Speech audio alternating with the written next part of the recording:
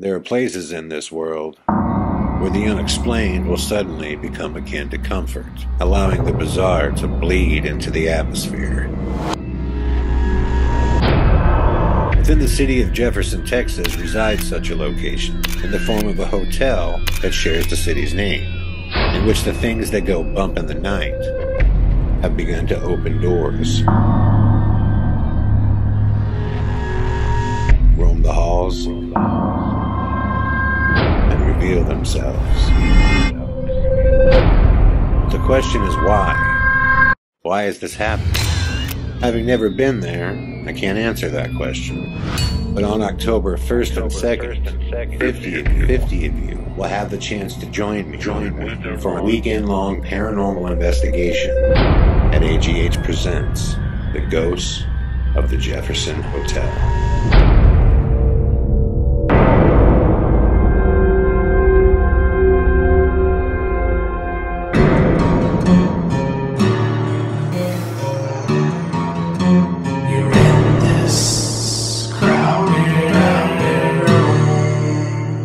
Hey, what's up everybody? Chad Calek here, and welcome back to the In a Crowded Room podcast for episode number 145, which before we jump into that, I first want to let you all know that AGH Presents The Ghost of the Jefferson Hotel on October 1st and 2nd is just around the corner. There are now only 4 gold tickets left to this event. I am incredibly excited about it. Like I said before, anytime you can stay at the haunt 24 hours around the clock, that's the type of event that I truly enjoy. This is also going to be my first time ever visiting the Jefferson Hotel, in which the legend and lore of the place is incredible. The evidence that I've seen from there is truly something else. I am counting down the days. So if you want to join me, please click the ticket link to AGH Presents The Ghost of the Jefferson Hotel, which I've placed in the description box below. I also wanted to thank those of you who have already signed up as patrons through the Patreon page for the In a Crowded Room podcast. I can't even begin to tell you what that means to me, and I truly believe that pretty quickly we can reach our goal of having enough funds coming in to hire an editor so we can get to a point where at the very least we can get 6 episodes per week released every night at 6 p.m. That is the goal. For those of you that have already signed up, as you've seen, there's some really cool stuff on the Patreon page, whether it be music or the official movie poster for House of the Harbinger Kingdom. I even posted a scene from A Clown Short of Destiny for those of you that enjoyed the last episode about Joey and Slipknot and my musical past. So there's a lot of cool stuff there. But the reason I'm bringing this up right now, besides the fact that I would just love your support in general, is there is a very important episode coming up at the end of this week. It is going to be an interview with my good friend Craig Powell. And what you're going to hear is going to blow your mind. People ask all the time, are things still going on? What's happening? What's going on with you and Craig? And we keep saying, yes, things are going on. But in general, well, specifically and in general, the weirdness that has consumed Craig's life and the life of many Australians is at an all-time high. And you guys really have to hear what he has to say, because it's not being covered by the U.S. media. And you are going to be blown away. And the reason I'm bringing this up now in relation to the Patreon page is there's going to be the episode that we release for free per usual on the In a Crowded Room podcast. But for those who are patrons through the Patreon page for the In a Crowded Room podcast, there's going to be an extended, uncensored version of this conversation between Craig and I as well, because I know for a fact there are some things that YouTube will not allow me to post, and I know Patreon will. So, if you haven't visited the Patreon page, the link is in the description box below. As you will see, You can choose your own level of support. I didn't do the tier system just because I firmly believe that each of you, if you are able to support in that fashion, I believe that you'll support me as much as you can, whether it's a few bucks or even higher. So together, I know we can, really reach the goals that I've set here. And even if you can't support on Patreon, listen, you can support through subscribing to the channel, telling people about the show, leaving a comment, giving me a thumbs up. It's all support, okay? So thank you all for everything that you've done. And for my patrons, I will continue to upload the exclusive content only for your eyes. Having said that, let's get into this episode. This case of Gabby Petito and Laundrie has taken over the nation, which we'll talk about this a little bit towards the end. But I don't know if you guys have seen this, but there's this police video where she was pulled over just outside of, I believe it's Moab, Utah, which I know that area very well. Laura and I have visited Moab many times. We used to go four-wheeling up there. It really is in the middle of nowhere. But it is a fascinating video to watch for a lot of reasons. Because there's a lot of people right now that are saying maybe she would be alive if this whole situation was handled differently. If you haven't seen this video, it's about an hour long. And basically, it starts out with the police pulling, Gabby and Brian over on the side of the road after seeing his vehicle swerving around and basically them in some kind of altercation. Now, right away, clearly she is incredibly upset, and the cop gets her out of the car and removes her and takes her back basically to the police car, and they question her. And they say, what is going on? And right away she says, well, I get emotional sometimes and we've just been fighting. And she goes on to explain that she had a cell phone in her hand and she was slapping him and hitting him, trying to get him to stop arguing. Then they go back and they pull him out of the vehicle and they ask him, and right away his response is really weird. It's something like, oh, did you get her story? And the guy's like, yeah, we just talked to her. You want to tell us what happened? And in his own words, and I'm not going to try to repeat exactly what he said, but basically, in his own words, he starts telling the same story that she's telling, which is, oh, she gets really upset sometimes, and I'm always trying to calm it down, and she was, swinging, and she was hitting me. And basically the police start asking him, hey, where do all these scratches on you from? And he has scratches on his neck, on his face, on his arms, under his arms, like all over the place. And he says, yeah, that's from her. And they ask him, do you want to, press charges or anything like that? And he says, no, I don't want to press charges. And they go back and they, again, talk to her. And they keep going back and forth, and you can tell they're trying to find out if these stories are, in fact, matching up or not. But the one thing to me that was very, very obvious is she looked highly emotional and terrified the whole time. And he looked like he was trying to sell a situation, that he was chill and laid back, and, he really tries to help her, and he often wants them to just take breaks when they fight, and he's just really kind of selling this story that she's telling.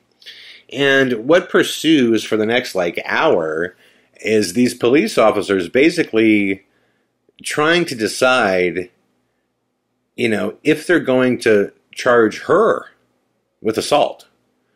And at one point, I think, one of the police officers says to the other one, look, it's hard for me to imagine that this little girl here could, hurt this guy. But, if we follow the letter of the law, then we can absolutely, charge her with with assault right now. And so they go back and forth, and basically this police officer eventually comes back and says, listen, when you were hitting him and slapping him, I need you to think about this before you answer. I need you to really think about this. Did you intend to hurt him, injure him, or cause bodily harm? In which she says, no. I just wanted to essentially get him to stop arguing. Well, after a whole bunch of back and forth, they basically tell her, listen, we're going to separate you for the night. We're going to put him into a hotel and you into a different hotel, and you guys are not allowed to see each other until tomorrow. And, basically, this is lucky for you. Like, we're not charging you. This is this worked out the best that it could for you. You're not going to go to jail, like that type of thing. And again, she seems still worked up, still scared, I think. I mean, this is like an hour later, and she's still in tears. And what's odd is you can see him, just kind of, BSing with the police in the background and laughing and joking and telling stories. And my first thought was, this guy is pretty good at, getting people, on his side. Because I never heard one police officer throughout the entire video, not one time did I hear a police officer say, if this guy wanted to, he can beat the shit out of this girl. He could really hurt her. If they were in a fight, he could really do some damage. For some reason, again, most of their conversation is about her. Now, I know it's because he has scratches on him and he has the marks on him, and that is the letter of the law. But there's a lot of people now that are coming out and saying, would this have been different had the police handled it different? Well, that's such an unfair question to the police officers because it's the unanswerable question, right? Obviously, we know that Gabby was murdered now. So, fault lies in the hands of the person who murdered her. Obviously not the police officers who are trying to figure out, the situation. It's not every day that you pull someone over, they have a squabble, and then they just wind up dead. That's not a common thing. So I understand that they were just trying to do the best that they could do to work this situation out. The only thing about it to me that seemed really weird is, say, the situation was reversed. Say she had scratches on her face and her arms, and he said, no, I didn't mean to hurt her. I was just trying to get her to stop arguing. There's no question that he's going to jail. There's no question. I think if she would have even said that entire time, I'm scared of him hurting me, he would have probably went to jail. That's the only thing about that whole video that I think you could really criticize and say, is this fair and mutual treatment? Which I don't think it was. But the reason I bring up this video is there's a bigger picture here that I'm not hearing, anybody in the press really talk about. And that's how this all came about. And I have some insight to this, that not this case specifically, but to what I'm going to talk about here, that it might be surprising to some people. But basically, she had quit her job, and Gabby decided that she and Brian were going to do these travel vlogs, these couple travel vlogs, which are very, very popular online. There's tons of couples that make their living doing this, just going, coast to coast, and then when they kind of hit every major, market in one country, they move on and go to the next one. And she decided that this is what she wanted to do, and she had an audience that was building, and it looked like it was starting to take off. And in these videos between between Gabby and Brian, they look so incredibly happy. I mean, they literally look like, the textbook definition of happy young couple having the time of their lives.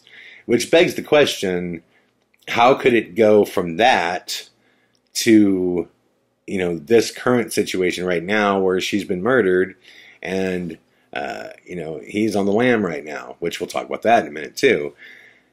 The one thing I can tell you is that this idea of living out of a van every day of your life and just making your way across the country, touring is incredibly difficult. Everybody I know, unless they've done, any kind of, consistent touring, I shouldn't say everybody. A lot of people seem to believe that this is like just one of the most freeing ways that you could ever live, and it's so much fun, and it's pure freedom, and, how could you not enjoy waking up in a new city every day? Listen, when you are that close to somebody, I don't care who it is, when you are that close to somebody every day, the tiniest little things will start to set you off like you can't believe. And every tour I've ever been on, and I've toured in minivans, I've toured in literally cars, I've toured in, Britney Spears' tour bus, okay? It doesn't matter when you are forced into a confined area for a long period of time, you are going to get on that person's nerves and vice versa, and there will be massive, massive fights. Every tour I've ever been on, somebody on the tour bus, somebody gets into a fight, and I've been on the end of that. Justin is my best friend in the world. Our last tour stop that we had years ago, probably 2015 maybe, we were in Florida, oddly enough, St. Augustine. And it came to blows between he and I. We were throwing punches at each other, and it was over something stupid. I mean, it was something to do with, I think, toilet paper. But the point being is that it's not over toilet paper. It's just the fact that human beings are not meant to have zero privacy and to have, zero, ability to just shake someone off for a while, and whenever you do that, it's brutal, man. I mean, I'm a firm believer that the thing that makes healthy relationships healthy is absence. That whole idea, absence makes the heart grow fonder. And trust me, I've done this. Like in 2010, I spent 9 months on the road. We filmed 14 episodes of Paranormal State, plus a 21-day schedule for American Ghost Hunter, plus 3 weeks of prep time and filming for the Ghost Prophecies. Plus we did 6 of our own events. I did, I want to say, 10 or 12 guest appearance events. It was just insane. And every time I got home and saw Laura, it was like an angel. I mean, I was so excited to see her. It was amazing. Our relationship had never been better. But I do also remember her coming out on the road with me for 3 weeks at one point, and she ended up cutting it short down to 2 weeks because we both knew we were at each other's throat. At each other's throat. Touring is not easy. It is the worst thing ever when you are jammed with somebody. And that little van they had, I can just see how things could go from bad to worse big time. So for all of you people out there that look at those couples videos that are doing the vlogs and like, oh my God, that'll be amazing. If you watch most of those series, they almost always end the same way. With the couple breaking up, splitting up, doing their own thing. They almost always end that way. It's just very, very difficult to live that way. In regards to them looking so happy in all their videos, guys, that's why for the most part, I don't like social media, just because, for example, when I was doing Paranormal State, obviously I was, in league and working with, people who had big, popular public profiles, and, you'd go to their Facebook page or their Instagram page, and it's just, everything's, life's amazing. We're traveling to the greatest places in the world. Everyone's happy. We're saving puppies. We're like doing everything. And at the same time, people are just miserable, fighting, and, wishing to God they had one more hour of sleep. Social media has this weird way of, with certain people, not with everyone. I've noticed that. With a lot of people, though, it has this way of kind of forcing people to be liars, forcing people to, want to put their best foot forward to show everybody how perfect their life is, when the truth is nobody has a perfect life. Everybody has, difficulties that they go through. It's the same thing when people try to, put it out there that they're perfect people. Everybody's flawed. Everybody's flawed. That's why when I do these Q&As on the podcast here, you guys have even heard me, stop and go, you know what? Fuck it. I'm just going to answer. And it is what it is. There's things I've done in my past that, were mistakes, and I wish I would have done better. And the reason I'm always willing to kind of be honest and talk about the mistakes that I've done or the things that I wish I could have done better is because if I ever get to a place where I feel like I have to lie on social media in order to get people to like me, then I'm done. Trust me. I did not years ago decide to be, a storyteller so I could, lie to people and not show people who I really am. To me, nothing would be worse. Nothing would be worse than that. But when you look at those videos of them looking so happy, well, it's because they're acting. I mean, they're totally acting. I would bet you in tons of those videos, 5 minutes before, they were fighting and she was crying, and they stopped and did their makeup and did her makeup and shot her footage, and they move on. It's the nature of what it is. So I can't imagine that if they had a volatile relationship, that path in life, this whole let's jump into a van and go do vlogging, touring shit around the country. Oh man, were they in for a big surprise when they left, which they obviously found out and learned, because that is a brutal, brutal lifestyle.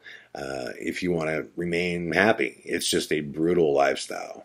Now, when it comes to Brian Laundrie and where is he at right now, Laundrie, however they pronounce it.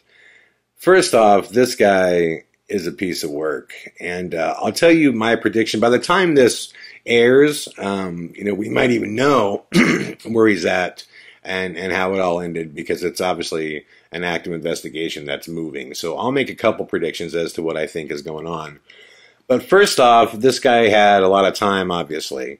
He returned home. They said something like there was like 10 days before they even announced that she was missing. And in this time period, he lawyers up and obviously brings his parents into the fold and, right away says, I'm going to, take the Fifth Amendment.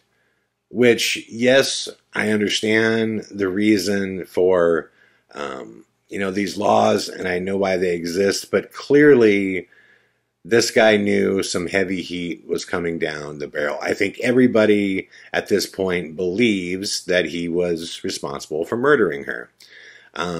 Again, he's innocent until proven guilty. That is the system that we hopefully live under, right? But what really kind of told me a lot is when his parents, out of the blue, they called the FBI in to the house, which, by the way, at this point, everybody believes that Brian Laundrie, However you say it. I'm going to say Laundrie. Everybody believes that Laundrie is in the house. Okay? Everybody believes that Brian Laundrie is in the house. And his parents call in the FBI and they say, oh, he decided he was going to go for this nature hike out in this preserve area, and we haven't seen him since. Well, first off, the parents are clearly aiding and abetting some kind of plan, okay? And I don't know the parents, but the thing that blows me away is she was living there. Like, Gabby was living there, so they know her. And if they know she's missing or murdered, and if they know their son did it, man, you would have to be pretty cold. Pretty cold knowing there's another family out there that just wants answers.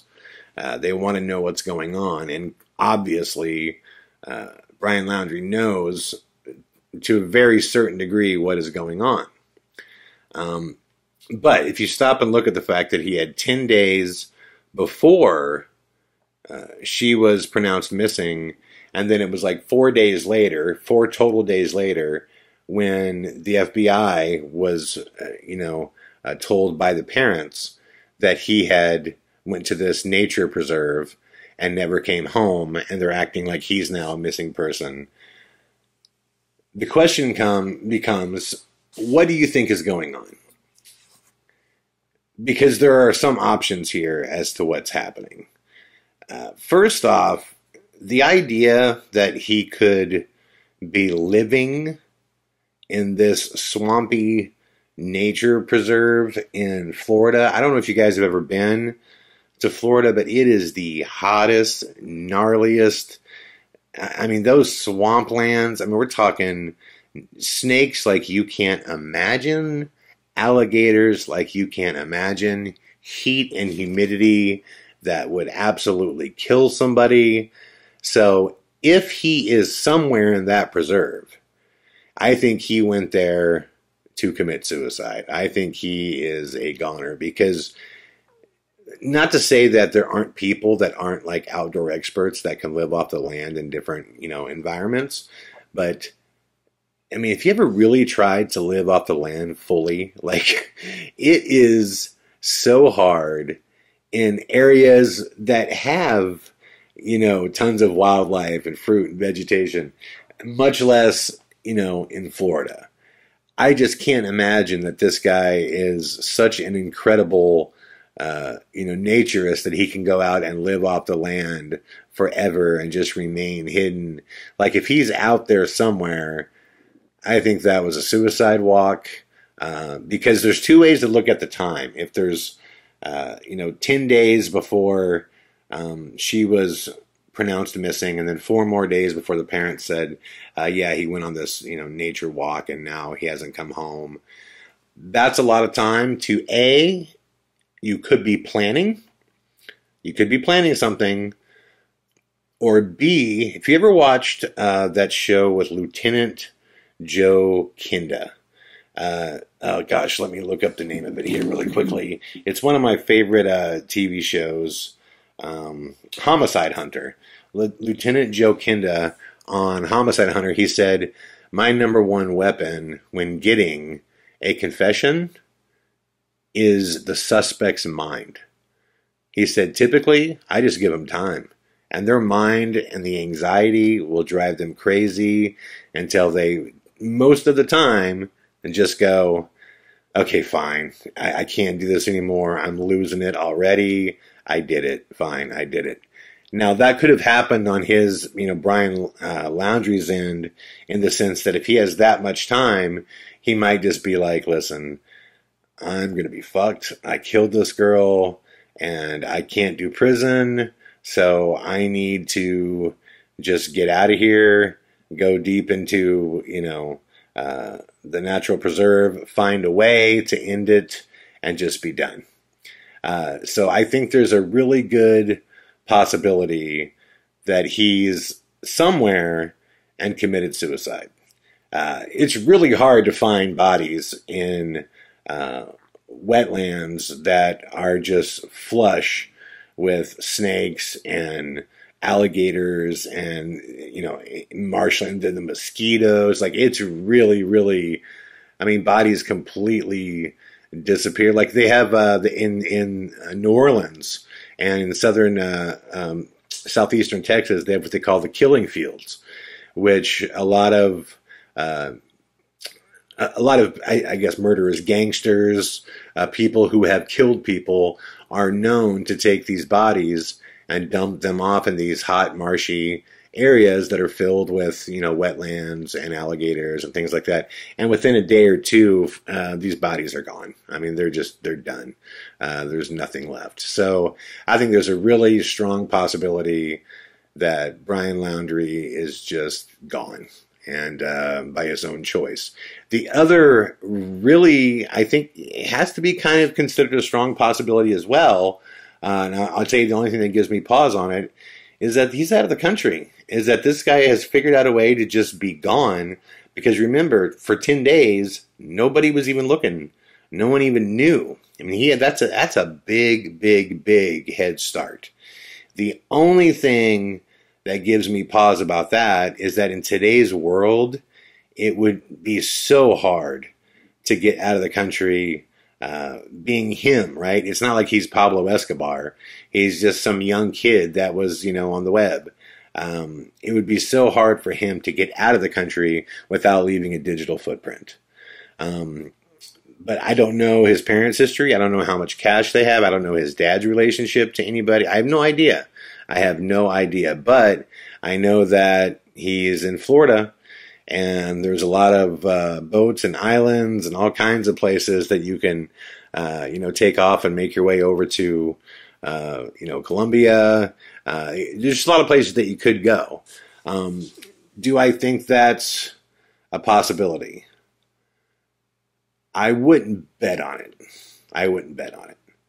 I honestly think they're probably going to find him dead here pretty soon. But the one thing that is, and this is the last thing I'll say about it, isn't it kind of crazy how this case has become like the top story?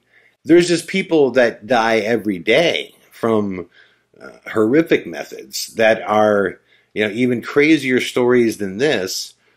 It's just really weird how this story has taken on a life of its own. And I would love to hear what you guys think about that. Why do you think that the story of Gabby Petito has become like, like the top story? Literally, I watched like 3 different news channels last night, and it was like the top story. Gabby Petito. Where is Brian Laundrie? Like it was everywhere. I would love to know what you guys think about that. So please leave me your comments below. Let me know what you think. I know what I think, but again, I want to read what you guys think too, and I would definitely respond back in the comments to your comments as well. So thank you guys once again for all the support. Again, if you haven't visited our Patreon page, please do so. The link is in the description box. Or if you're just listening, you can go to patreon.com/In a Crowded Room. Your support obviously is greatly appreciated. And stay tuned, because we have a bunch of really cool episodes coming, including this interview with Craig, which may even be a 2-parter, but you guys do not want to miss this. There is some really, really terrifying stuff going on right now in Australia, and we will get into it very soon. All right, guys, I am going to head to bed. Thank you all so much for your support and for continuing to spread the word about the In a Crowded Room podcast. It means the world to me. Much love and all the best.